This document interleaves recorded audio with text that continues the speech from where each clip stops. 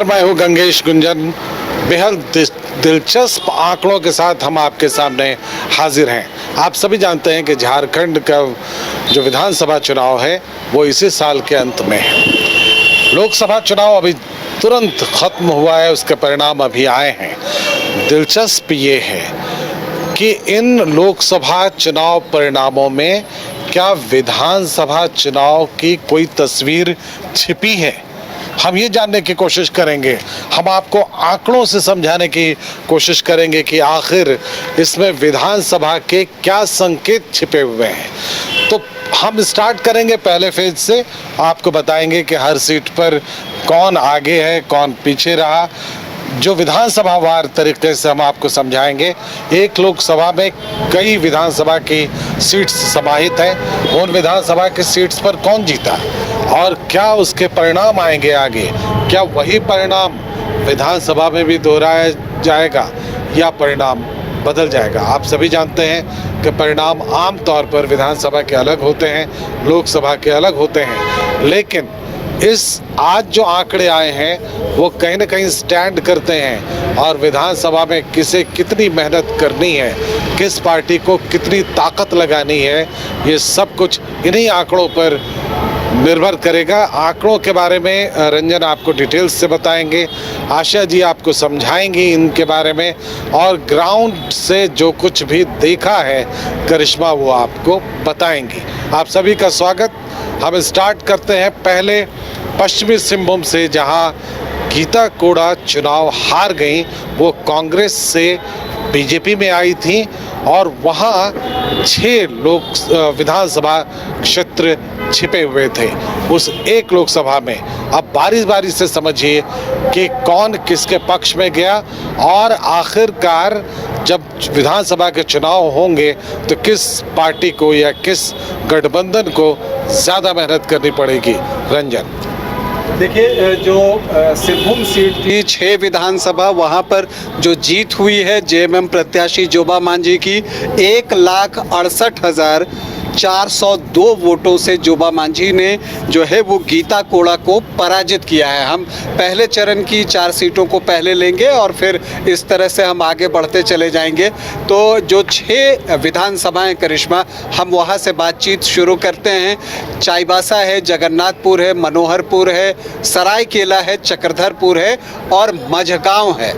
तो देखिए, मनोहरपुर से जोबा मांझी जो हैं वो जो प्रत्याशी थी यहाँ से वो हैं और इसका फ़ायदा उन्हें मिला है। तो मनोहरपुर से जो है जेएमएम की प्रत्याशी जोबा मांझी जो है आगे रही है। मतलब कि मनोहरपुर विधानसभा पर जेएमएम का कब्जा। तो ये एनडीए गठबंधन का यहाँ पर कब्जा रहा मनोहरपुर में। आप जान ले ये मतों का अंतर लगभग 161 है आशिया। तो आपको क्या लगता है कि ये अंतर, हालांकि 160 के ऊपर का कोई भी अंतर बड़ा अंतर माना जाएगा, क्या आपको लगता है कि 6 के 6 जो विधानसभा क्षेत्र हैं, चूँकि वहाँ पर पहले से मेरे ख्याल से 4 हैं, ये नहीं, विधानसभा जो 2019 में हुआ था हाँ। वो सारी सीटें जो है वो इंडिया गठबंधन के पास है। मुझे लगता है कि एक माइक यहाँ रखते हैं, एक माइक वहाँ चले जाते हैं। मेरे पास माइक है। ओ माइक है, हाँ। फिर तो वो जो है इसमें तो जो विधानसभा में चुनाव हुए थे 6 के 6 सीट जो है वो इंडिया गठबंधन के पास थे। लेकिन जब पिछली बार लोकसभा का चुनाव हुआ था तो जो कांग्रेस प्रत्याशी तब गीता कोड़ा थी वो 5 सीटों पर आगे रही थी और एक सरायकेला जो कि मुख्यमंत्री का विधानसभा क्षेत्र है वहाँ जो है बीजेपी ने लीड की थी, लक्ष्मण गिलवाल ने। तो इस बार जैसे मनोहरपुर से वो प्रत्याशी थी और एक अंदाज़ा लगाइए कि लगभग 24,000 वोटों से मनोहरपुर से जो है जोबा मांझी ने लीड किया है। तो मतलब ये है कि मनोहरपुर जेएमएम के पक्ष में गया। चाईबासा में दीपक बिरुआ रिजल्ट पॉजिटिव आया है, क्या लगता है करिश्मा? जी देखिए, आपने सही कहा कि एक तो मनोहरपुर से खुद जोभा मांझी है, वहाँ की विधायक है वो, और ऐसे में पहले से ही हम लोग अनुमान लगा रहे थे कि मनोहरपुर से वो जरूर लीड करेगी। इसके साथ ही देखिए, जगन्नाथपुर मंझगांव की बात करेंगे या फिर चक्रधरपुर की, तो यही माना जा रहा था कि सभी जगहों से जोभा मांझी इसलिए भी लीड करेंगी क्योंकि इंडिया गठबंधन के सभी विधायक उसमें मौजूद है। सरायकेला की बात करेंगे तो खुद लेकिन चंपाई 2019 के जो जी। आंकड़े हैं जो लोकसभा के, उसमें बीजेपी ने बहुत सीटों में लीड किया था, तो इसलिए ये बीजेपी सिर्फ एक सीट पर लीड किया था बीजेपी ने, सरायकेला पे, अच्छा। जहां से कि मुख्यमंत्री चंपाई सोरेन जो हैं वो विधायक चुने गए बाद में। और देखिए, एक इतिहास रहा है कि सरायकेला में अक्सर लोकसभा चुनाव में बीजेपी को बढ़त मिलती है और बड़ी बढ़त मिलती है। 2019 में तो ये 62-63 हजार की बढ़त थी, और इस बार क्या है, इस बार भी ये बीजेपी के ही पास है।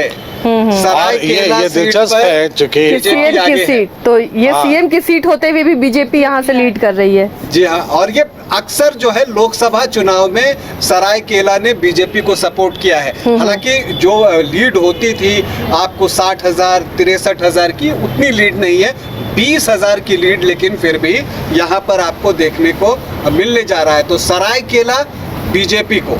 ठीक है, जगन्नाथपुर में स्थिति, जगन्नाथपुर एक बहुत दिलचस्प सीट है, वहां से गीता कोड़ा विधायक रही है, और वो जो क्षेत्र है कोड़ा परिवार का माना जाता है। लेकिन जगन्नाथपुर में इस बार जो हुआ है वो ये हुआ है कि वहाँ जोबा मांझी जो है वो परचम लहराने में सफल रही है। लेकिन ये हो समुदाय का भी गढ़ माना जाता है जगन्नाथपुर, और वहाँ से बावजूद इसके अगर जोबा मांझी ने लीड की है तो एक अच्छी प्लेटफॉर्म तैयार, अच्छा प्लेटफॉर्म तैयार हुआ है ये पूरे इलाके में, कोल्हान के इस इलाके में जेएमएम के लिए।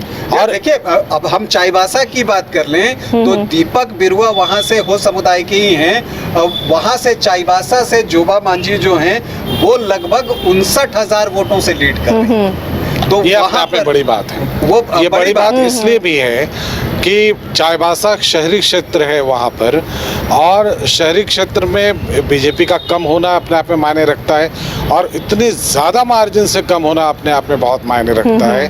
तो ये मझगांव और चक्रधरपुर की क्या स्थिति लग रही है? तो मझगांव तो ट्रेडिशनली जेएमएम का रहा है, हमेशा से रहा है, तो वो भी नहीं बदला। मझगांव भी जेएमएम।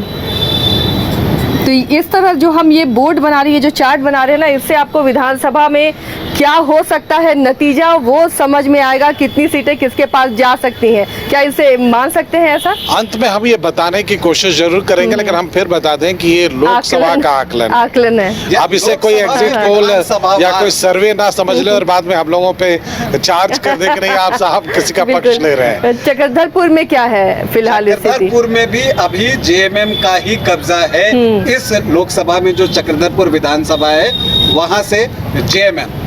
तो कुल सीट पहले सीट पर अब हम आप लिख सकते हैं एक टैली, अगर 5 और 1 का ये आंकड़ा हो गया, नीचे बना दें जी, या वहीं पे नीचे बना सकते हैं, बाद में हम नीचे बना सकते हैं। हाँ, ये भी सही है, इसको 5-1 कर लें।